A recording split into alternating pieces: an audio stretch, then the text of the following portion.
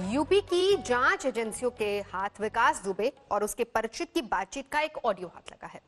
इसमें विकास दुबे अपने गुर्गे गुड्डन त्रिवेदी के बारे में पूछताछ कर रहा है और बातचीत में साफ है कि बिकरू में 8 पुलिसकर्मियों की हत्या के बाद विकास दुबे डरा हुआ था। वो कोर्ट में सरेंडर करने की फिराक में था और इसके लिए पूरी योजना बनाई थी गुड्डन त्रिवेदी ने।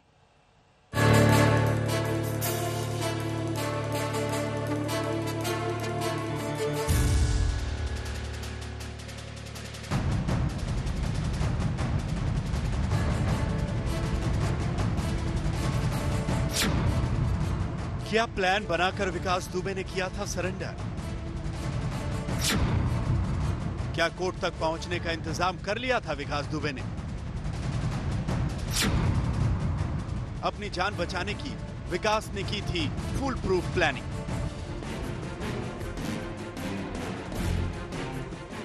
दस जुलाई की सुबह एसटीएफ ने क्रिमिनल विकास दुबे को एनकाउंटर में ढेर कर दिया।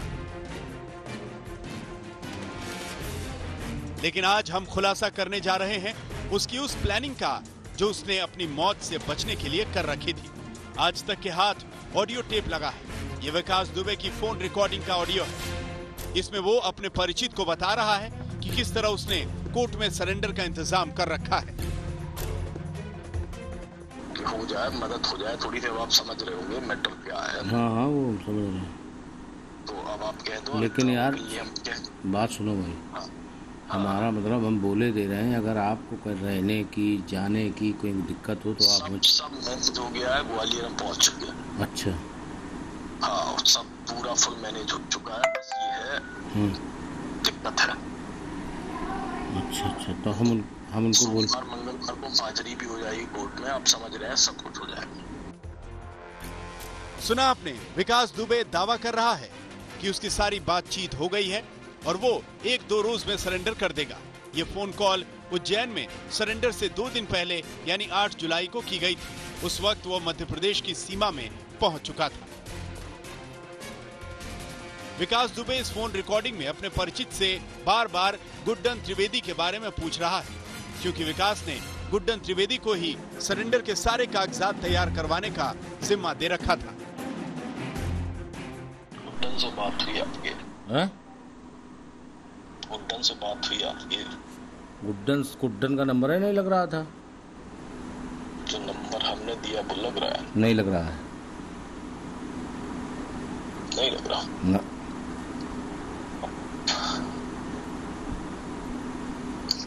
चलिए ठीक है। गुड्डन कहाँ पे है? गुड्डन यार कोई आइडिया नहीं लग रहा भैया। नंबर तो ऑफ जा रहा, हमने भी कोशिश की, नंबर तो नहीं लग रहा है। चलो आप माई लायक जो मदद बताओ वो हम करवा देंगे, बस कुल मिला के इतना समझ लो। वो हमने सचिन को भी बोल दिया है कि अगर कोई मदद। सचिन अवस्थी को किया था फोन। अरे वो अवस्थी, हाँ। वो और ये हाँ उसका नंबर मिला था और ये हाँ बताया था आपके रिलेशन में है कोई। हाँ हम उसी लड़का है। उसकी शेखर की वाइफ का कोई रिश्तेदार है? हैं? शेखर की वाइफ का रिश्तेदार कोई? हाँ विवाह का? हाँ रिश्तेदार है। तो बात हो जाए उससे फिर। तो आप माइलाक बताओ काम, तुम हम कर कह दें उनसे, काम हो जाएगा, तुम्हारा बातचीत हो जाएगी। आप कह दो कि हमारा फोन आया था, फिर जैसा आप कहेंगे फिर पैसा हो जाएगा। ठीक। तो आप उनसे कह दो थोड़ा सा, हम बोले दे रहे। ये वही गुड्डन त्रिवेदी है जो विकास दुबे का बेहद खास था, जिसे मुंबई एटीएस ने गिरफ्तार कर लिया था। गुड्डन त्रिवेदी ही विकास दुबे की कानूनी रूप से मदद कर रहा था। विकास दुबे बार-बार कह रहा है कि उसने गुड्डन को बड़ा काम सौंप रखा है। नहीं कोई प्रॉब्लम नहीं है, और अभी की हाजिरी हो जाए। देखो दिक्कत तो बहुत ज्यादा है ही, आगे वाले समय में भी प्रॉब्लम है। आगे क्या हो? लेकिन दिक्कत तो है ही। लेकिन मतलब कुछ है प्रेजेंट टाइम में। अच्छा तो हम उनको बोल देंगे, उसको आप बात कर लेना। सबसे बड़ी समस्या ये है कि गुड्डन से किसी तरह संपर्क, भाई गुड्डन का नंबर नहीं लग रहा। जो संपर्क हमारे पास एक नंबर और था जो आप दे रहे, जो आपने भेजा था वो भी नंबर, उससे भी मिलाया हमने, दोनों नंबर बंद है। अच्छा। नहीं, दूसरा वाला तो ऑफ ही है काफी दिनों से वो। अच्छा। हाँ, अब प्रॉब्लम ये है कि भाई मेन करता धरता पूरा गुड्डन के हाथ में था सब। कोई जानकारी सब कुछ। अभी विनय तिवारी गए हैं उनके हाथ में, गुड्डन के हाथ में। 2 जुलाई की रात कानपुर के बिकरू गांव में विकास दुबे और उसके गुर्गों ने 8 पुलिस वालों की हत्या कर दी थी। विकास दुबे को पता था कि उसने कितना जघन्य अपराध किया है, ये बात भी वो फोन पर कबूल कर रहा है। गुड्डन का कांटेक्ट कैसे हुआ आप बता? गुड्डन त्रिवेदी का? हाँ, क्योंकि नंबर जा रहा है देखो ऑफ। आप जा रहे हैं नंबर उनके? भाई छोटी मोटी घटना तो है नहीं भाई, बहुत बड़ी घटना है, पूरा उत्तर प्रदेश देख रहा है, सब कोई सब कुछ समझ रहा है। अब दिक्कत ये है कि इनका कोई भी पता नहीं चल रहा है, पूरा प्रोस्पेक्टर इनकी वजह से हो रहा है। ये उस वक्त की फोन कॉल है जब पूरे यूपी की पुलिस विकास दुबे को खोज रही थी। दुर्दांत हत्यारा विकास दुबे जानता था कि उसकी प्लानिंग के बावजूद उसका खात्मा हो सकता है। उसे मुखबिरी का भी डर सता रहा था। बाकी देखो, सोमवार या मंगलवार को हाजिरी होनी है कोर्ट में। चलो हाजिर हो जाए तो हाँ, और क्या ठीक रहेगा। बस वही चारा है, और तो कोई चारा है नहीं। और कोई चारा नहीं, कोई चारा है ही नहीं। और उसमें पूरा सिस्टम लगा दिया गया है। अब दिक्कत ये है कि भाई लोग को थोड़ा ये मुखोरी वाला सिस्टम ना हो, खैर हो नहीं पाएगा, मतलब सिस्टम तो लगा है पूरा। अरे कुछ नहीं होगा यार, बच जाएगा। उज्जैन पहुंचने के 2 दिन पहले विकास दुबे ने अपने परिचित को ये कॉल की थी। सूत्रों के मुताबिक ये सारी बातचीत यूपी एसटीएफ के अफसर इलेक्ट्रॉनिक सर्वेलेंस के जरिए सुन रहे थे, लेकिन विकास दुबे बार बार अपनी जगह बदल देता था। जब तक टीम उस तक पहुंचती, विकास दुबे फरार हो चुका होता था। आखिरकार चूहे बिल्ली का ये खेल खत्म हुआ। एसटीएफ ने एनकाउंटर में विकास दुबे का काम तमाम कर दिया।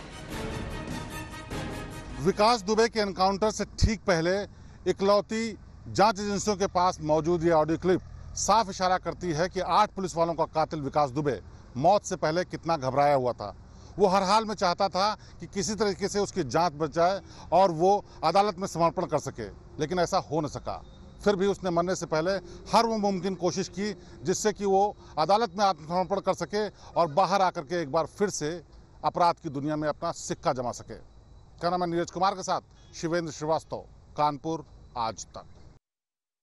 और इस बीच एक और बड़ी खबर आपको बता दें कि अगवा कारोबारी का पोता पुलिस ने बरामद कर लिया है। सकुशल उसकी बरामदगी हुई है। फिलहाल किसी भी तरह की कोई परेशानी या फिर कोई इस तरह की बात सामने नहीं आई है। पुलिस ने तुरंत कार्रवाई करते हुए अगवा कारोबारी के पोते को छुड़ा लिया है।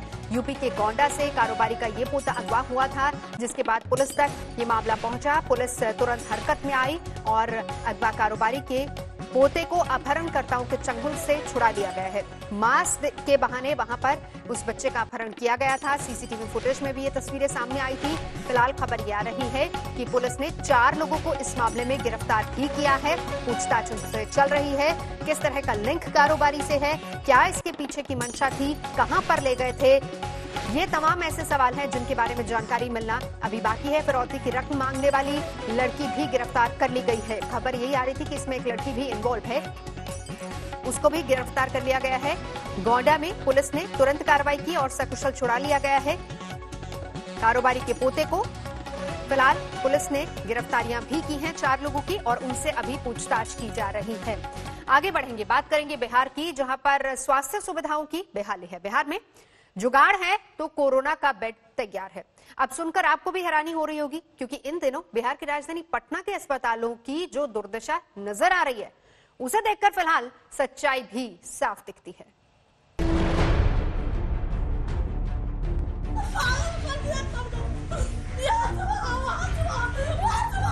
मेरा भाई ठीक है, मैं टेस्ट नहीं हो रहा है सर। रहने वाले हैं उनके लिए आप खतरा बंद है।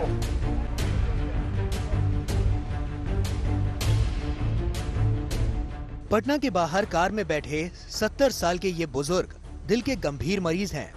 एक निजी लैब की रिपोर्ट के मुताबिक ये कोरोना से संक्रमित हैं। एक तो दिल के मरीज हैं, दूसरे निजी लैब की रिपोर्ट के मुताबिक कोरोना पॉजिटिव। लेकिन एम्स समेत कोई अस्पताल इन्हें भर्ती करने को तैयार नहीं, क्योंकि जो रिपोर्ट ये दिखा रहे हैं उस पर अस्पतालों को भरोसा नहीं। गाड़ी पार्क में था, गाड़ी को ला के निकाल के लाने के तक में एकदम बोला निकलो भागो यहाँ से हटो। तो हम लोग को पॉजिटिव आया तो समझ में आया कि एम्स जाना चाहिए।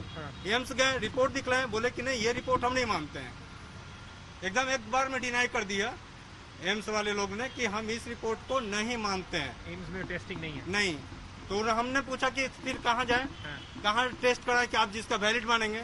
तो बोले कि यहाँ पर आने के लिए न्यू गार्डन हॉस्पिटल में जाओ, वहाँ टेस्ट कराओ।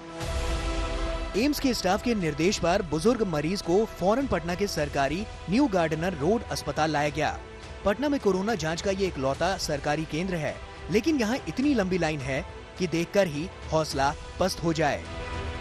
नीतीश कुमार सरकार पर बार बार ये सवाल उठ रहे हैं कि यहाँ पर जो टेस्टिंग रेट है बिहार में वो बहुत कम है। उसको लेकर और सरकार ने ये भी कहा सेंट्रल की टीम आने के बाद कि टेस्टिंग को बढ़ाया जाएगा, एंटीजन टेस्टिंग भी शुरू कर दी गई है।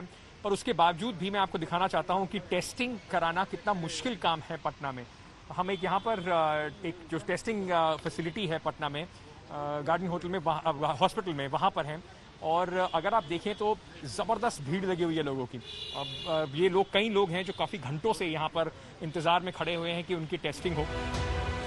इस बुजुर्ग मरीज के परिवार को भी टेस्ट के लिए इंतजार करते 2.5 घंटे बीत गए, लेकिन इंतजार अंतहीन होता जा रहा था। आज कितने देर से आप लोग यहाँ पे टेस्ट के इंतजार में हैं? सर 2.5 घंटे से गाड़ी में बैठे हुए? जी सर। पिताजी की हालत आपकी ठीक नहीं लग रही? पिताजी की हालत ठीक नहीं लग रही है। पल्स रेट जो हो रहा है वो डाउन हो जा रहा है। ऑक्सीजन पे रखे हुए, ऑक्सीजन 50-40 आ जा रही थी, तो प्राइवेट हम अपना ऑक्सीजन प्रोवाइड किए हैं। लेकिन सर जो पल्स रेट हो जा रहा है, बीपी, वो डाउन हो जा रहा है। और ऐसी स्थिति है कि कम से कम नॉर्मल आदमी भी जो है, जो एक छोटे मोटे बीमारी से भी ग्रसित है, उसको कौन सा हॉस्पिटल में इलाज कराया जाए? पटना का ये स्थिति है सर। बुजुर्ग मरीज के परिजनों का दर्द लेकर जब हम कोविड टेस्ट सेंटर के अंदर पहुंचे, तो वहां का हाल हैरान करने वाला था। सिर्फ एक टेक्नीशियन और उनके साथ एक हेल्पर। आप अकेले ही कर रही हैं यहाँ पे? एग्जैक्टली, टेक्नीशियन में अकेले हूँ क्योंकि आधा टेक्नीशियन बीमार पड़ गए। यहाँ भी थे तो यहाँ पे भी बीमार पड़े, क्योंकि हॉस्पिटल में बाकी जगह भी पीएमसीएच वगैरह में 74 आपके टेक्नीशियन बीमार पड़े हैं, वहाँ पर भी यही हालत है सब। और मैं खुद जांच हो सकता है मैं भी पॉजिटिव निकली सर। अभी तो फिट लग रही हूँ तो कर रही हूँ। अब लोड देखिए, आप कह रहे हैं ना कि आप कितना जांच करती हैं। अब 100 मैं अकेले कर रही हूँ, ये मेरे सपोर्ट कर रहे हैं, हाथ काम ये भी कर रहे हैं, हम लोग मिल के कर रहे हैं। अब इतने देर में तो आपको लगता है कि इन्फेक्शन का चांस मुझे नहीं होगा? बिल्कुल हो सकता है। एग्जैक्टली, तो हो सकता है मैं बीमार पड़ जाऊँ। तो अभी आप अकेले ही कर रही हैं? हाँ, मतलब हम दोनों लोग हैं, आप दोनों मान सकते हैं। हाँ। पर टेक्नीशियन मैम जो थोड़े सीरियस पेशेंट्स हैं उनके लिए क्या कुछ? उनके लिए जैसे ही हम देखते हैं सीरियस वहाँ से ऑर्डर आता है, मैं खुद देखती हूँ, मैं तुरंत रैपिड किट में 2-4 रखी रहती हूँ। क्योंकि एक ये है भाई साहब जो पीछे काफी 2 घंटे से गाड़ी में ऑक्सीजन लगाए बैठे हुए, 70 साल के बुजुर्ग आदमी हैं, तो क्या उनका? उनको तो ये पता नहीं, कुछ दिन इन्फॉर्मेशन भी नहीं दिया ना, तो मैं कर देते जाता। रैपिड हम लोग कर देते हैं, तुरंत कर देते हैं। बहरहाल जब हमने बुजुर्ग की बीमारी का हवाला देकर आग्रह किया, तो पीपीई किट पहनकर टेक्नीशियन तुरंत टेस्ट करने मरीज के पास पहुंच गई।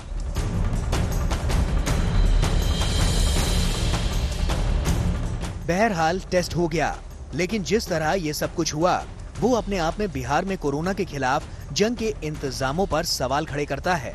ये समस्या आंकड़ों से भी जाहिर हो रही है। बिहार में टेस्टिंग की दर प्रति लाख लोगों में करीब 3,400 की है, जबकि पड़ोसी यूपी में इससे 2 गुने लोगों की टेस्टिंग हो रही है। यहाँ पे काफी देर से वेट कर रहे थे, हमने जब बात करी तो उसके बाद उनका टेस्ट अभी हुआ है। पर ये आपको बिल्कुल सही मायने में दर्शाता है कि पटना में टेस्ट कराना और हॉस्पिटल में भर्ती होने के लिए एक पूरी जंग लड़नी पड़ रही है। कितनी जबरदस्त जद्दोजहद है। बड़े बड़े जो दावे करे जा रहे हैं अखबारों में कि प्राइवेट हॉस्पिटल और टेस्टिंग बढ़ाई जा रही है, वो दावे यहाँ पर बिल्कुल नीचे गिरते हुए दिखाई पड़ रहे हैं। एक बहुत बड़ा सवाल नीतीश कुमार और उनकी सरकार के लिए कि क्या करें, इस तरीके के पेशेंट कहाँ लेके जाएं उनके परिजन उनको, वो खुद अब कोरोना वायरस के खतरे से जूझ रहे हैं। कैमरा पर्सन दिनेश के साथ अंकित त्यागी, पटना आज तक। तो ये रियलिटी चेक अंकित त्यागी ग्राउंड जीरो से लेकर आए हैं सारी खबरें। आगे बढ़ेंगे, सियासी ड्रामे की बात करेंगे जो राजस्थान में चल रहा है, जहां का क्लाइमेक्स अभी बाकी है। विधानसभा सत्र बुलाने को लेकर मुख्यमंत्री और राज्यपाल में टकराव बढ़ता जा रहा है। मुख्यमंत्री चाहते हैं कि विधानसभा सत्र सोमवार को बुला लिया जाए ताकि अपना शक्ति प्रदर्शन वो कर पाए। वहीं राज्यपाल की दलील ये है कि उन्हें किसी फैसले पर पहुंचने में थोड़ा वक्त चाहिए।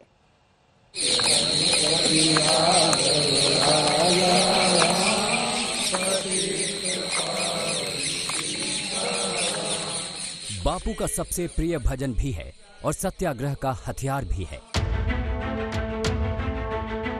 हाईकोर्ट से झटका लगने के बाद अशोक गहलोत अपने सारे विधायकों को लेकर राजभवन पहुंच गए और विधानसभा का सत्र बुलाने के लिए राज्यपाल के खिलाफ मोर्चा खोल लिया। मुझे कहते संकोच नहीं है कि बिना ऊपर के दबाव के वो इस फैसले को रोक नहीं सकते थे, क्योंकि कैबिनेट का फैसला में बाउंड होते हैं राज्यपाल महोदय कि हमें किसी भी रूप में उसको मानना है और असेंबली सेशन बुलाना है।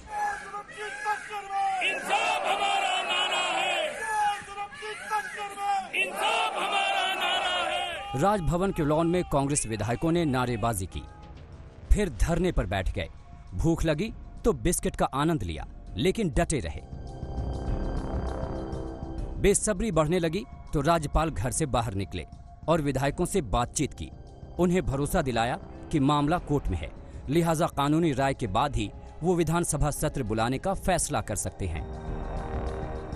प्रदेश की जनता इंतजार कर रही है कब फैसला आए, कब हमें शांति मिले।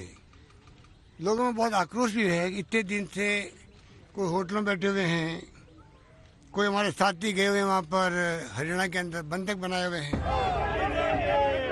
राजभवन में करीब 3 घंटे के सुपर सियासी ड्रामे के बाद कांग्रेस विधायकों का धरना खत्म हुआ और वो होटल लौट गए। लेकिन राज्यपाल ने अपने घर पर चले धरने पर कड़ी आपत्ति जताई और मुख्यमंत्री को चिट्ठी लिख दी।